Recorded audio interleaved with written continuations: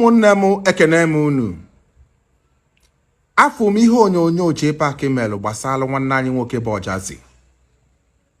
Jpac ugboro ịtọ ka m kpọrọ gị.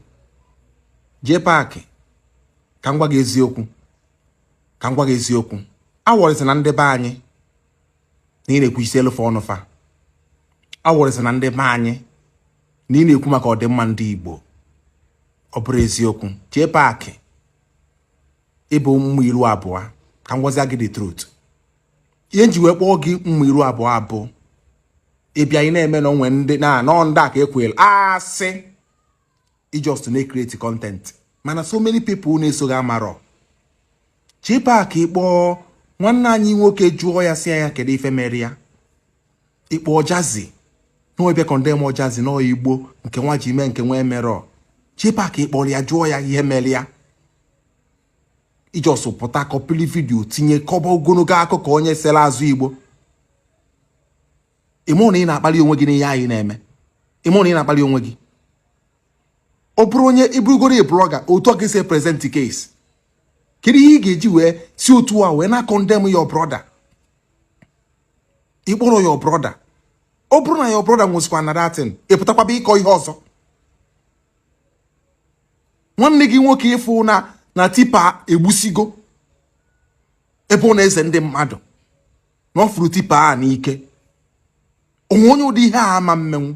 Even the most careful person na-abụ a victim ma ya plụzia maka ka ị dị careful. The other person adịkwa careful ka isi dị. Ka uche gị dị ya, onye nke ọzọ na-anya ka uche ya dị ya. Ịma ife dị na driving system. Ya ka ya bịa pụtazi isi Igbo asịrọ. Na-akọfusi akọ just all in the name of ka we make ego na social media.